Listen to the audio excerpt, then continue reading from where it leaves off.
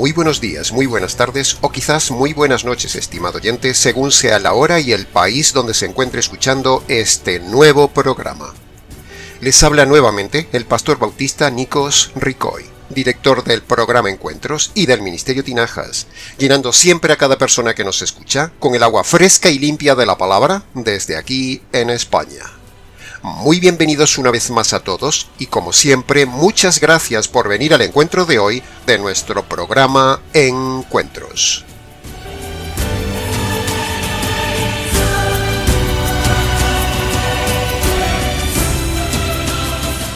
Como muy bien sabe la mayoría de nuestra audiencia, en el Ministerio Tinajas somos auténticos defensores del estudio expositivo de la Palabra de Dios. Nuestros alumnos lo saben, nuestras clases son siempre expositivas. Nuestros comentarios escritos en el canal son expositivos. En la radio, allí donde predicamos, y en el canal hemos sido siempre así, detalladamente expositivos. El verdadero arte de la interpretación bíblica. El estudio expositivo, primero, es el mejor sistema antisectas, antimanipulación de los pastores falsos y antierrores doctrinales. Segundo, el estudio cuidadoso y detallado de cada parte de la palabra de Dios, o sea, el estudio expositivo, es el mejor método para estudiar la Escritura, para entenderla, para evitar doctrinas erradas y para disfrutar de las riquezas que hay en las profundidades coralinas de la palabra de Dios.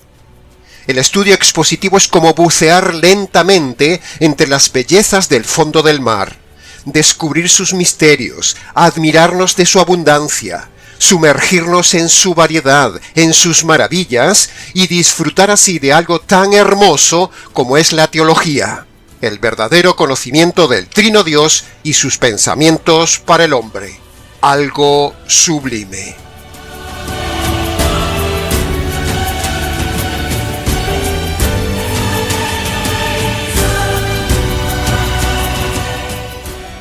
Y hoy, precisamente, aplicaremos una vez más el sistema de estudio expositivo a una parte de la palabra de Dios, tomando como base Juan capítulo 6, donde estudiaremos y demostraremos el libre albedrío.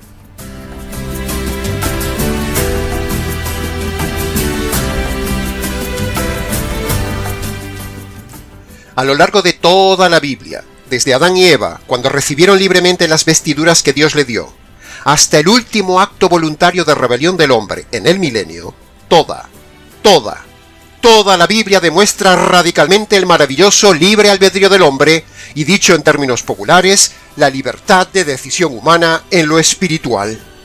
Por lo tanto, hoy haremos dos cosas. Primero, demostrar el maravilloso regalo de Dios al hombre, que es el libre albedrío.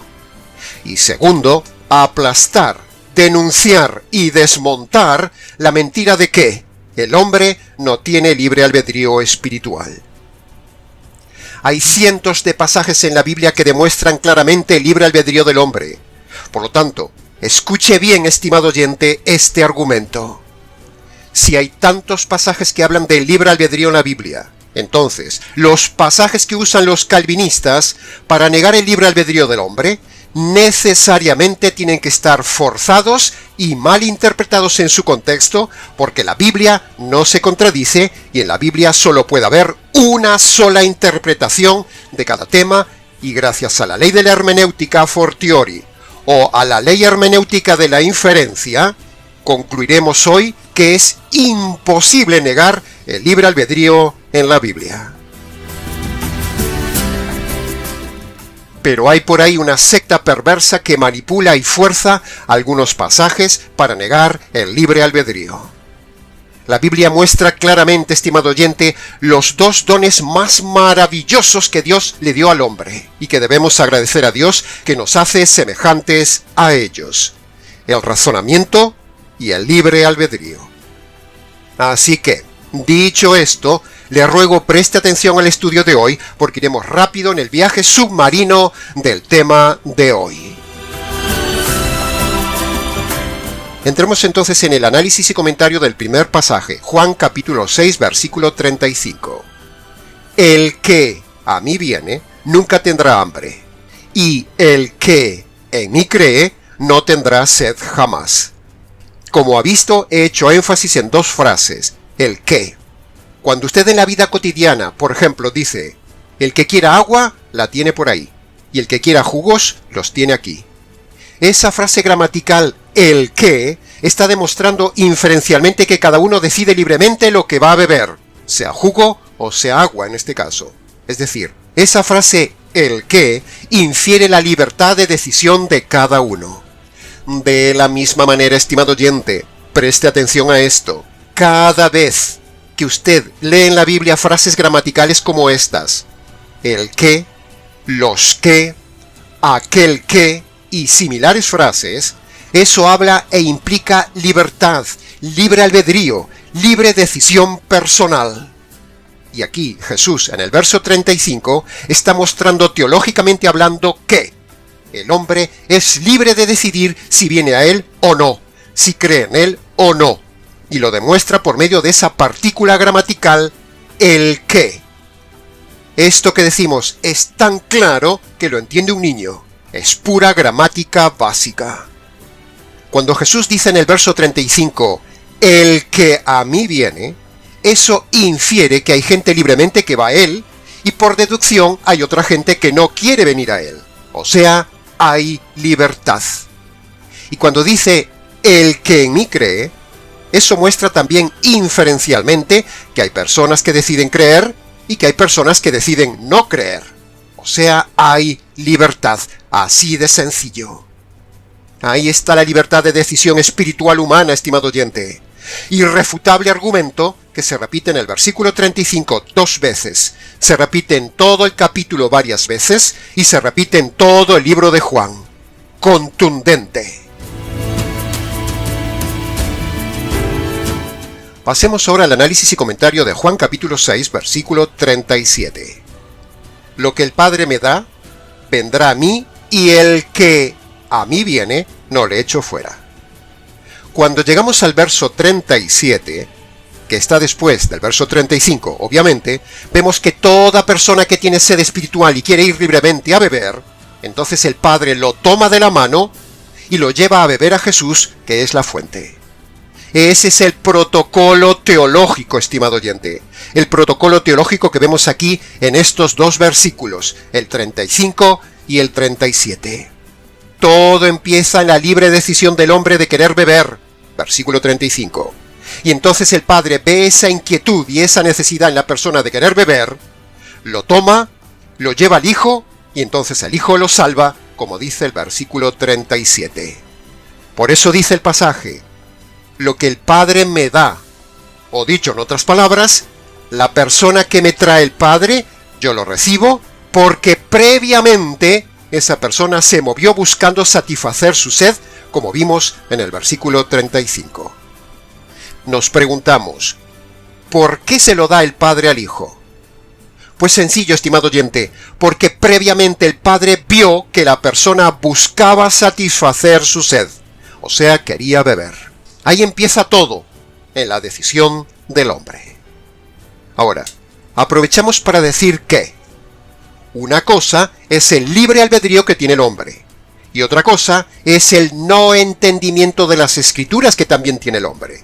Son dos cosas diferentes. Repito, una cosa es el libre albedrío que tiene el pecador, y otra cosa es el no entendimiento de las Escrituras que también tiene el pecador. Son dos cosas juntas, pero diferentes. El hombre pecador tiene libre albedrío, pero no tiene entendimiento espiritual de la Escritura. Por eso necesita que alguien le ayude. Por eso alguien tiene que explicar la Biblia a alguien cuando está buscando la verdad. Una persona por sí sola no comprende nunca la verdad, como en el caso de Felipe con el etíope. El hombre que busca libremente se mueve, indaga, lee con su libre albedrío, etcétera, etcétera. Entonces Dios lo ve que se mueve, ve que busca, ve que quiere saciar su sed. Entonces Dios, al ver esto, lo toma por medio de un evangelista, le envía ayuda para que esa persona entienda la palabra y así beba del Hijo. Entonces, así se cumple lo que dice este verso 37. Lo que el Padre me da. ¿Y por qué me lo da? porque antes el Padre vio que la persona buscaba quitar su sed. ¿Comprende el protocolo bíblico, estimado oyente?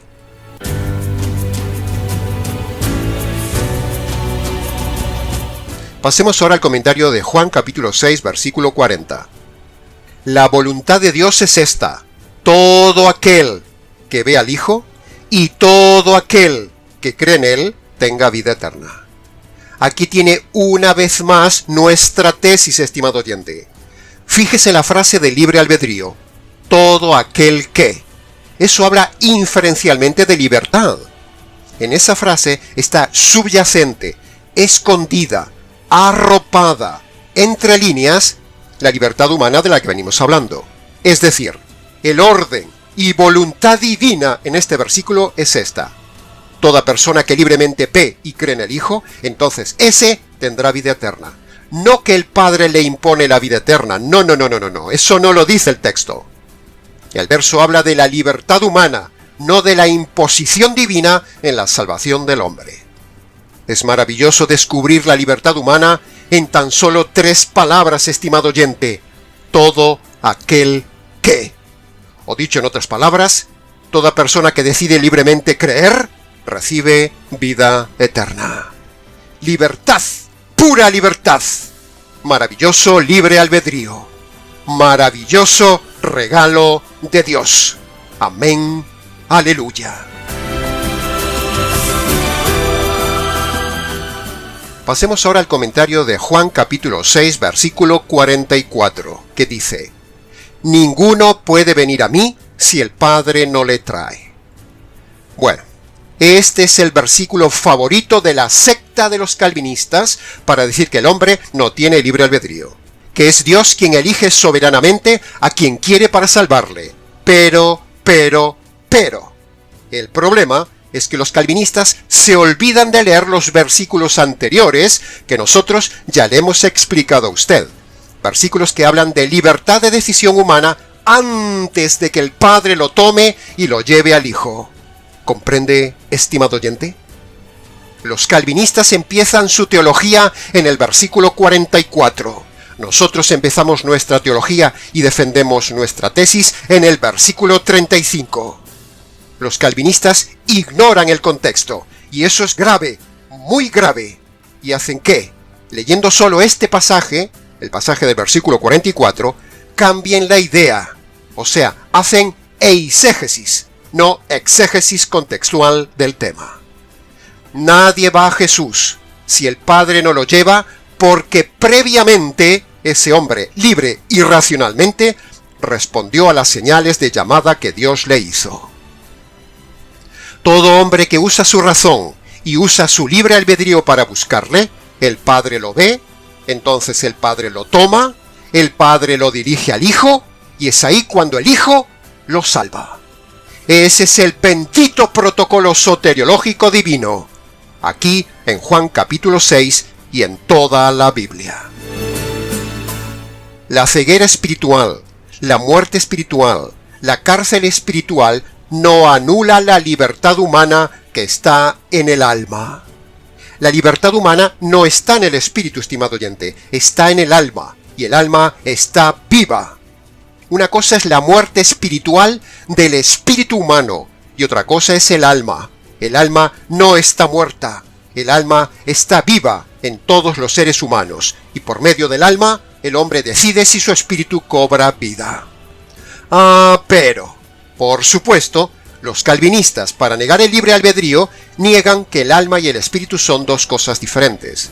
Ellos dicen que son una sola cosa, para así negar el libre albedrío que está en el alma. Es decir, los calvinistas van retorciendo doctrina tras doctrina para tratar de defender su tesis eisegética, que no la hay. Pero no se puede tapar el sol con un dedo.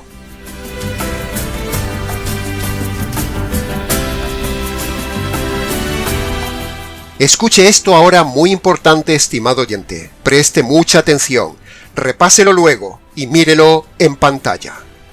La Biblia muestra que hay dos grupos humanos. Primer grupo, el grupo de hombres que busca la verdad racional y libremente. Y el segundo grupo es el grupo que responde libremente a los llamados de atención de Dios, por ejemplo, por medio de las cosas duras de la vida, enfermedades, accidentes, pruebas, etcétera, etcétera. Entonces, ante cualquiera de estos dos grupos, el Padre lo toma y lo lleva a su Hijo. Hay gente que busca a Dios, estimado oyente, y hay otra gente que no busca a Dios, pero Dios se cruza providencialmente en su vida para que le busquen. Ambas formas están en la Biblia. Los dos grupos, el que busca y el que no busca, pero Dios se cruza en su vida. Los calvinistas solo ven un grupo, el grupo de los que no buscan a Dios. Pero no solo hay un grupo, hay dos. Y esto que decimos es ex cátedra. Pasamos al análisis y comentario de Juan capítulo 6, versículo 45. Así que, todo aquel que oye al Padre y aprende de él, viene a mí, dice Jesús. Ahí tiene una vez más nuestra tesis del libre albedrío, estimado oyente. En otras palabras, el versículo dice, el Padre hace señales, el Padre hace ruido, el Padre llama a voces al hombre. El Padre pone oportunidades en el camino del pecador para que el hombre oiga cómo Dios lo llama, y entonces cuando algún hombre oye y aprende que Dios le está llamando, o sea, se da cuenta de esas señales de cómo Dios lo está llamando, entonces el hombre libremente se mueve ante esas señales, responde, actúa en su libre albedrío y empieza a seguir la voz del Padre. Y cuando el Padre ve que el hombre responde libremente al estímulo de llamado, entonces el Padre lo toma y lo lleva al Hijo, como vimos antes. Por lo tanto, volvemos al mismo punto del protocolo soteriológico divino. Punto 1. Dios hace ruido. Punto 2. El hombre oye el ruido de Dios, se gira, presta atención, responde y busca. Punto 3. Dios ve que responde y entonces le pone a alguien en el camino a ese hombre para que le ayude. Punto 4. La persona oye el Evangelio del Hijo. Y punto 5. Si el hombre en su libre albedrío recibe ese Evangelio, entonces el Hijo lo salva. Estos son los 5 pétalos del verdadero tulipán bíblico, no el falso tulipán calvinista. Lo repetiremos hasta el cansancio. Nos admiramos, estimado oyente, de este maravilloso protocolo salvífico de armonía entre el libre albedrío de Dios y el libre albedrío del hombre. Dos libres albedríos entrelazados entre Dios y el hombre. Una danza armónica y maravillosa de libres albedríos que termina en la salvación del hombre. Amén. Aleluya.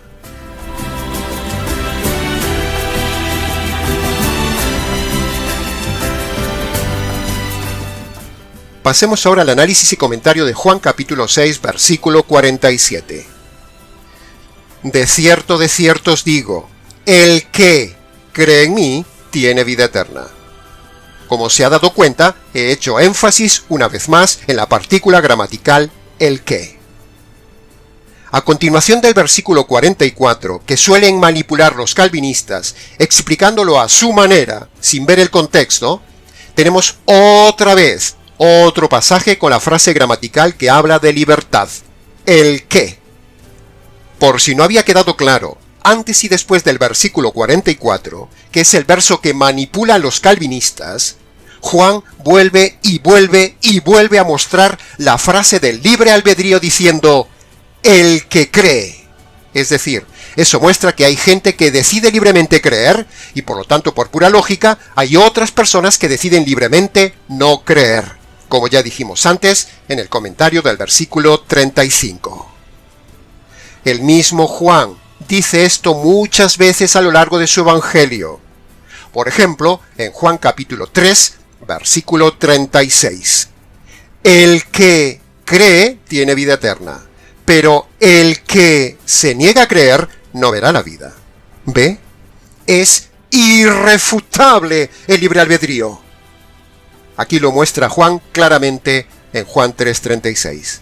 Porque en Deuteronomio capítulo 10, versículo 17, y en Hechos capítulo 10, versículo 34, dice que Dios no hace acepción de personas eligiendo a unos pocos solamente, sino que, como estamos viendo, el que decide su salvación es el hombre.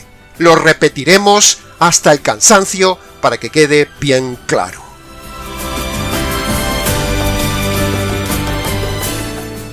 Pasemos ahora al análisis y comentario del último versículo, Juan capítulo 6, versículo 51. Si alguno come de este pan, vivirá para siempre. Terminamos el análisis expositivo nuevamente con este versículo, donde vemos una vez más, en esta cadena de versículos, la frase gramatical contundente que derriba la doctrina calvinista de negar el libre albedrío. Aquí el texto dice, si alguno, es decir, el que decide comer ese pan vivirá eternamente. Eso implica que hay gente que no quiere comer ese pan. O sea, hay implícito el libre albedrío en este versículo, como en todos los versículos que hemos comentado anteriormente. Está tan claro, estimado oyente, que lo entiende un niño.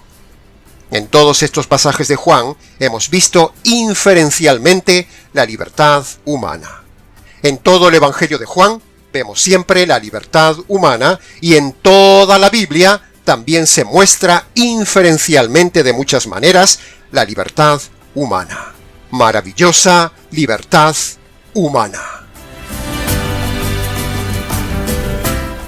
La secta de los calvinistas usa la historia de Lázaro para decir que el hombre está muerto espiritualmente, por lo tanto Dios tiene que hacer todo, y el hombre no tiene libre albedrío.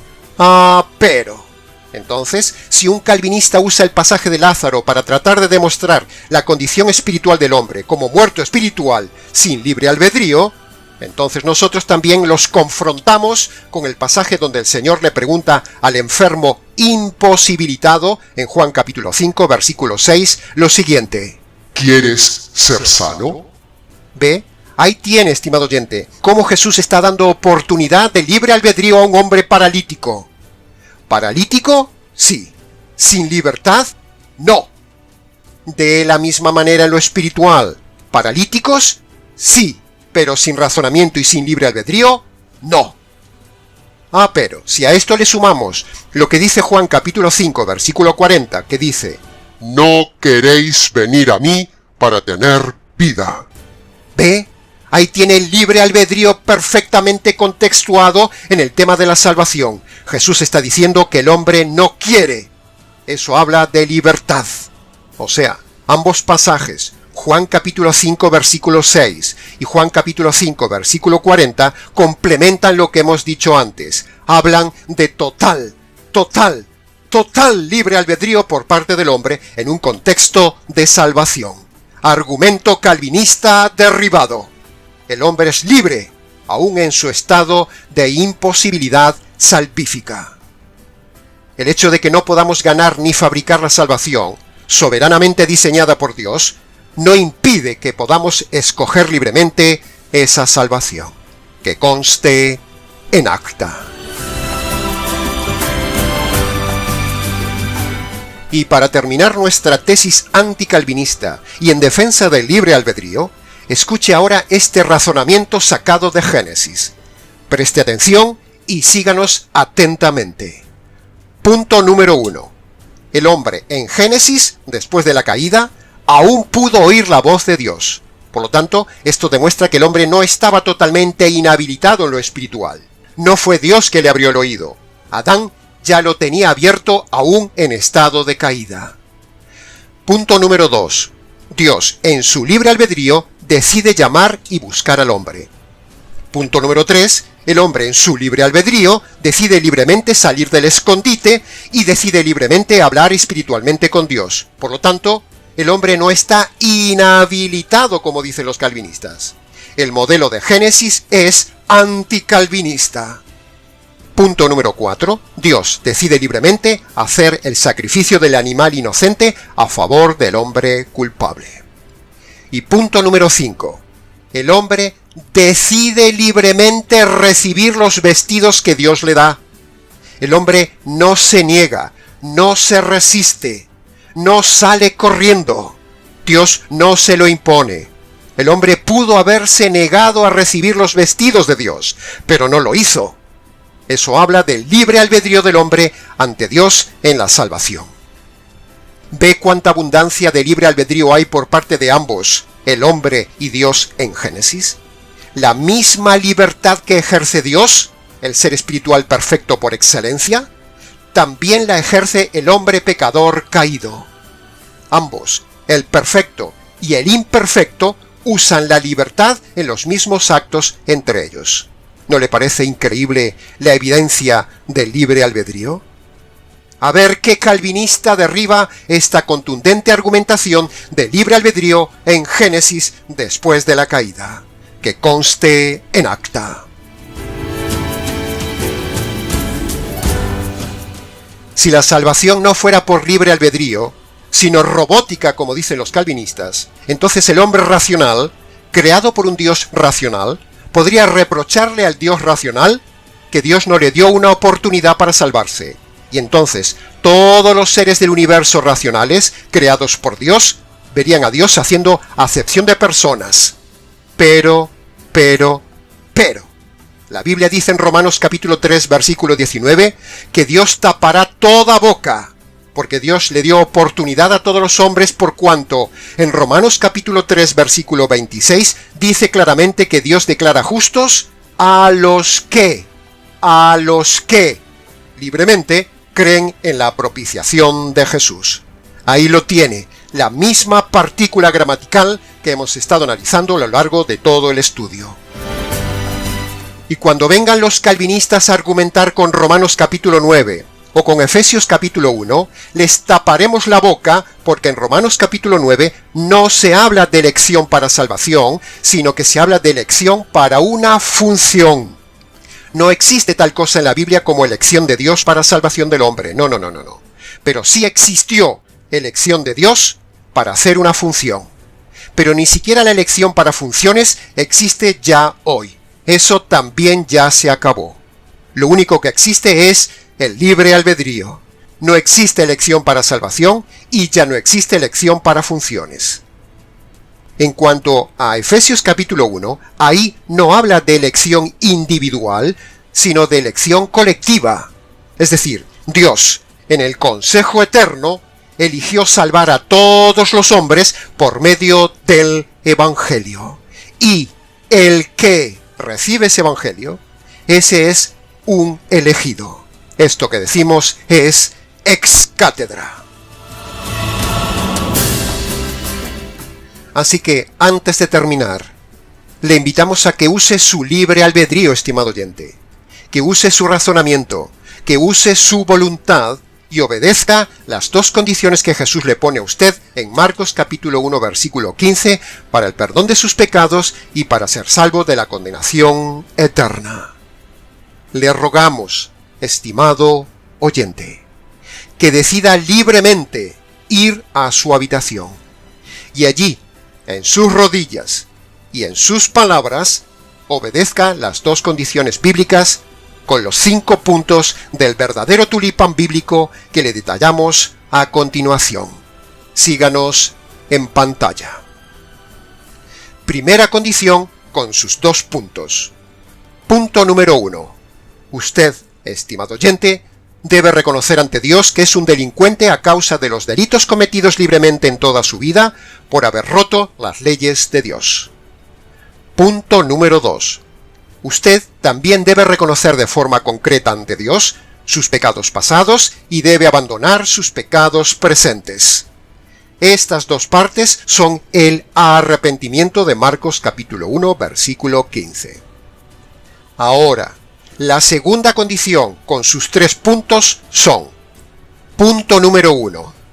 Usted, estimado oyente, debe admitir ante Dios que Él es un juez justo y por lo tanto Él tiene que hacer justicia sobre los delitos e injusticias cometidas libremente por usted en su vida.